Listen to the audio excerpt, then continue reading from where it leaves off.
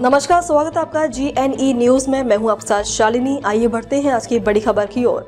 जगदीप धनखड़ ने ईडी के दबाव में दिया था उपराष्ट्रपति के पद से इस्तीफा। संजय राउत ने अपनी किताब में किया दावा।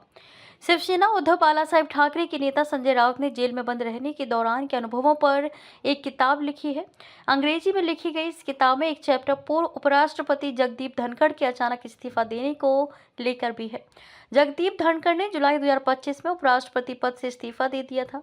शिवसेना यूबीटी नेता संजय राउत ने जेल में रहते हुए एक किताब लिखी। इस किताब का शीर्षक है अनलाइकली पैराडाइज। इस किताब में उन्होंने आरोप लगाया है कि पूर्व उपराष्ट्रपति जगदीप धनखड़ ने 2025 में ईडी के दबाव में इस्तीफा दिया था। ये दबाव मोदी सरकार के खिलाफ उनके स्वतंत्र राजनीतिक कदमों के जवाब में था।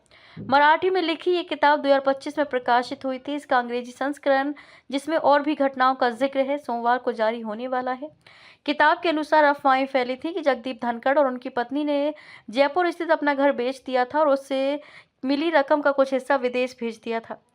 किताब में दावा किया गया है कि ईडी ने कथित तौर पर अन्य जांच एजेंसियों के साथ मिलकर उनके खिलाफ आरोप तय करने के लिए एक फाइल तैयार की थी। किताब में दावा किया गया है कि जब मोदी सरकार के खिलाफ जगदीप धनखड़ के स्वतंत्र राजनीतिक कदमों की चर्चा शुरू हुई तो ईडी ने उन्हें फाइल सौंपी और उन पर इस्तीफा देने का दबाव डाला।